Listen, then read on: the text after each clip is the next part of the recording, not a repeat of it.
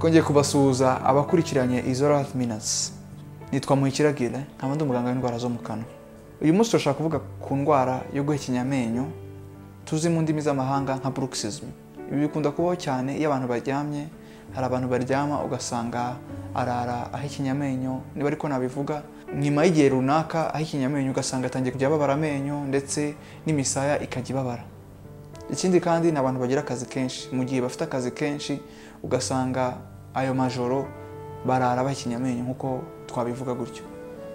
Ufite icyo kibazo cyangwa se usanzwe ufite ikibazo cyo kuba ufite ubushagarira bwinshi ku menyo yawe cyangwa se ubabara imisaya, twakugira inama yo kwegera muganga wawe w'indwara zo mu kanwa, akaba yakugira inama ndetse akaba yagufasha kugira ngo icyo kibazo gikemuke. Murakoze, murakarama.